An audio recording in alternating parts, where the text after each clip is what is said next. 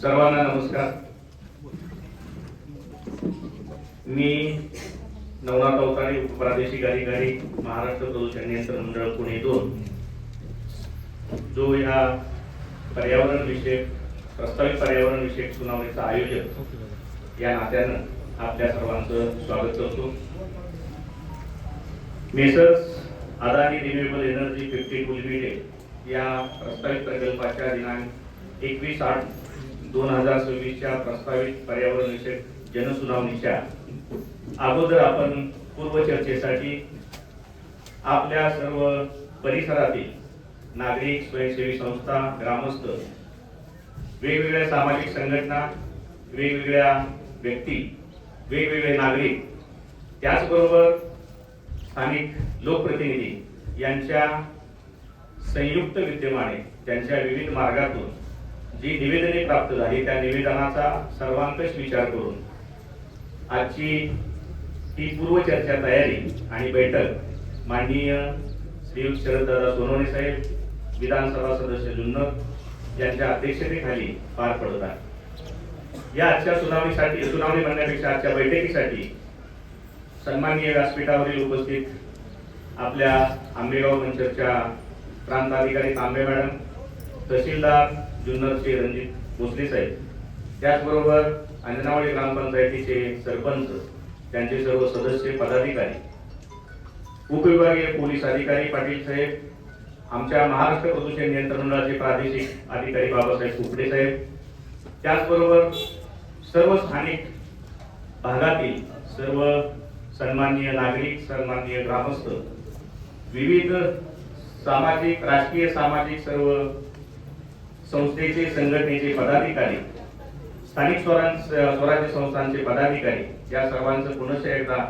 आजच्या या अंजनावळी ग्रामपंचायतीच्या हद्दीतील ग्रामदैवत मारुती मंदिरामध्ये आपल्या सर्वांचं सहर्ष स्वागत करतो आणि माननीय अध्यक्ष महोदय यांच्या परवानगीने आजच्या बैठकीला सुरुवात करतो. Messrs Adani renewable energy 52 limited यांच्या प्रस्तावित माळशेज घाट बोरांडे उदंचन प्रकल्प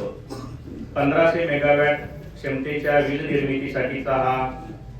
प्रकल्पाचा प्रस्ताव हा वने, पर्यावरण आणि वातावरणीय बदल मंत्रालय, भारत सरकार यांच्याकडे दाखल झालेला होता. त्या अनुषंगाने सदर प्रकल्पास टर्म्स ऑफ रेफरन्स म्हणून जी मान्यता त्यांच्याकडून मिळालेली आहे ती त्यांना दिनांक 23/6/2025 रोजी प्रदान करण्यात आलेली आहे आणि टर्म्स ऑफ रेफरन्स यानुसार सदर प्रकल्प प्रवक्त्याने ज्या ठिकाणी हा प्रस्तावित प्रकल्प आहे त्या प्रकल्पातील स्थानिक भौगोलिक परिस्थिती, पर्यावरण विषयक सद्यस्थिती आणि त्या प्रकल्पाच्या आल्यानंतरच्या पर्यावरण विषयक स्थितीबाबतची जी काही अभ्यास करून अहवाल तयार करायचा आहे त्या अहवालास अनुसरून टर्म्स ऑफ रेफरन्स मधील ज्या काही अटी आणि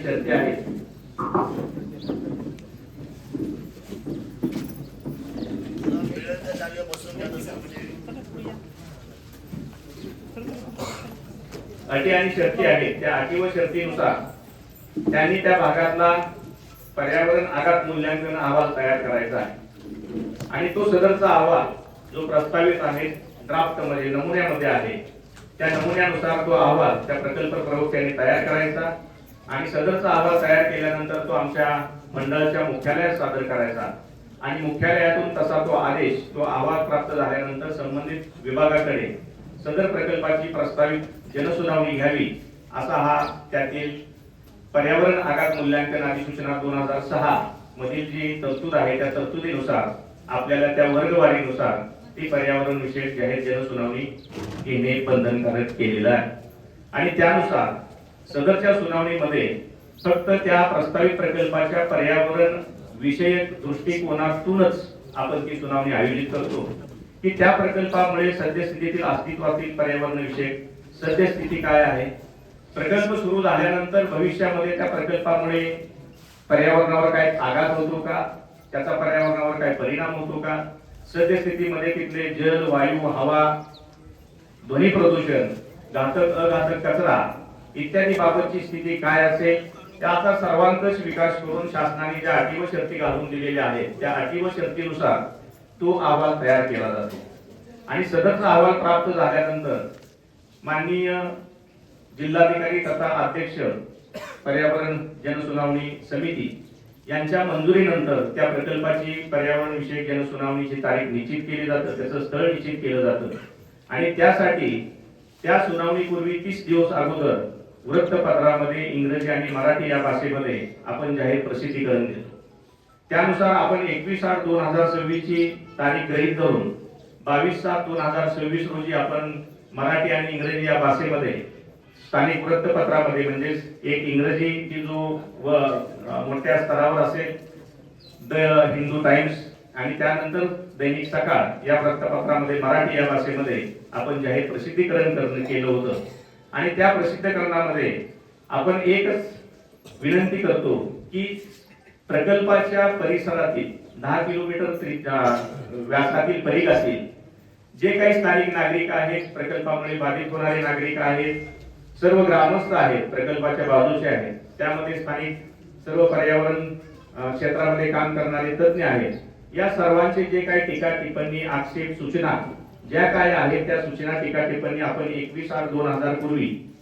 संबंधित ज्या ज्या ठिकाणी हा प्रकल्प अहवाल जनतेच्या अभ्यासासाठी ठेवला जातो त्या ठिकाणी किंवा महाराष्ट्र प्रदूषण नियंत्रण मंडळ यांच्याकडे किंवा 21/8/2026 रोजी म्हणजे सुनावणीच्या वेळेला आपण प्रत्यक्ष उपस्थित राहून तिथे लेखी अथवा तोंडी निवेदन देऊन आपल्या टीका टिप्पणी आक्षेप सूचना ज्या काय असतील त्या नोंदवायच्या आहेत. आम्ही आवाहन केल्यानंतर 22/7/2026 ला ज्यावेळी आम्ही वृत्तपत्रामध्ये ह्या सुनावणीबाबतचं आवाहन केलं त्यानंतर सर्व परिसरातील सर्व तालुक्यातील विविध नागरिक जनता ग्रामस्थ त्याचबरोबर लोकप्रतिनिधी आणि विविध पर्यावरण विषयक क्षेत्रामध्ये काम करणारे व्यक्ती त्यांच्या संस्था त्याचबरोबर लोकप्रतिनिधी कृती समिती यांच्या वतीने आम्हाला भरपूर अशी निवेदन प्राप्त झाली. सदरची निवेदन माननीय तहसीलदार, माननीय पोलीस विभाग, माननीय जिल्हाधिकारी कार्यालय, माननीय अतिरिक्त जिल्हा दंडाधिकारी त्याचबरोबर माननीय आमदार महोदय यांच्या सर्वांच्याकडून आम्हाला ती लेखी निवेदनं प्राप्त झाली आणि या सर्वांचा सर्वांकष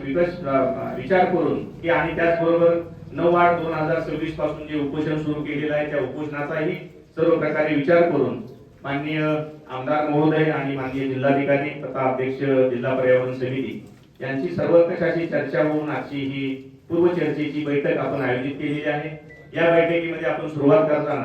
सर्वप्रथम प्रकल्पाचे जे प्रवक्ते आहेत ज्या काही आपल्या मनामध्ये शंका आहे त्या शंकेचं निरसन करण्यासाठी जो प्रस्तावित प्रकल्प आहे त्या प्रकल्पाचा सर्वांकष सर्व दृष्टीने विचार करून तसा तो सादरीकरण मराठीमध्ये आपण करतोय. प्रकल्पाच्या प्रवक्त्याने जे सादरीकरण केले ते सादरीकरण आपण लक्ष देऊन ऐका. आपल्या ज्या काही टीका टिप्पणी आपले स्वतःच्या नोंदी ठेवा आणि त्या नोंदी ठेवून ज्यावेळी या सादरीकरणानंतर आपण प्रत्येकाने आपला प्रश्न विचारायचा आहे.